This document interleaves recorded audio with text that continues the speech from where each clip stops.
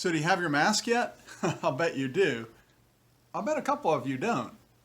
Some time ago, a woman in my church said, "Pastor, I'm going to make masks. If you know someone who needs them, let me know."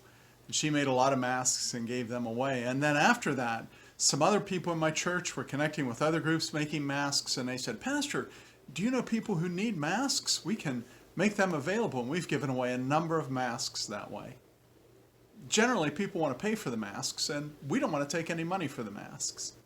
Finally, this guy came to me and he said, "Let me pay for this mask, please. I want to pay for the mask." He was talking to me on the telephone, and I was going to be gone when he picked up the mask. He said, "Let me pay for it." And I said, "Buddy, you don't have to pay for it. Here's how you need to think of this mask. This is where you need to understand this mask has come from.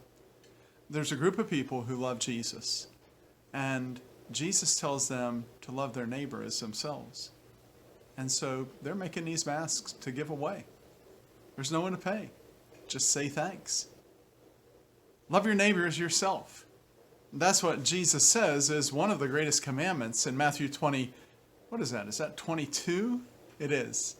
In verse 34, someone comes up to him, a Pharisee, and said, "Hey, what is the most important commandment in the law of Moses?" And he only asked for one commandment, but Jesus gives him two. Listen to Jesus' words. "You must love the Lord your God with all your heart and all your soul and all your mind. This is the first and greatest commandment. And the second is equally important. Love your neighbor as yourself." Love your neighbor. That might mean making masks and giving them away. It might mean wearing masks, right? It surely means checking on your neighbor, particularly if they're at risk and they are alone. It might mean encouraging them with a phone call, or a card, or a note, or a text. Any way that you can. Loving your neighbor. This is what the law and the prophets hang on. That and loving God. You know, when this first started, when we were not able to meet together as a church body, there were a lot of pastors who got on social media, on video and so on, and said, "Be the church. Hey, church, be the church." And here's what they meant. Love your neighbor. Show people the love of God that so loved the world that it gave its one and only Son, that whoever trusts in him would not perish, but have life everlasting.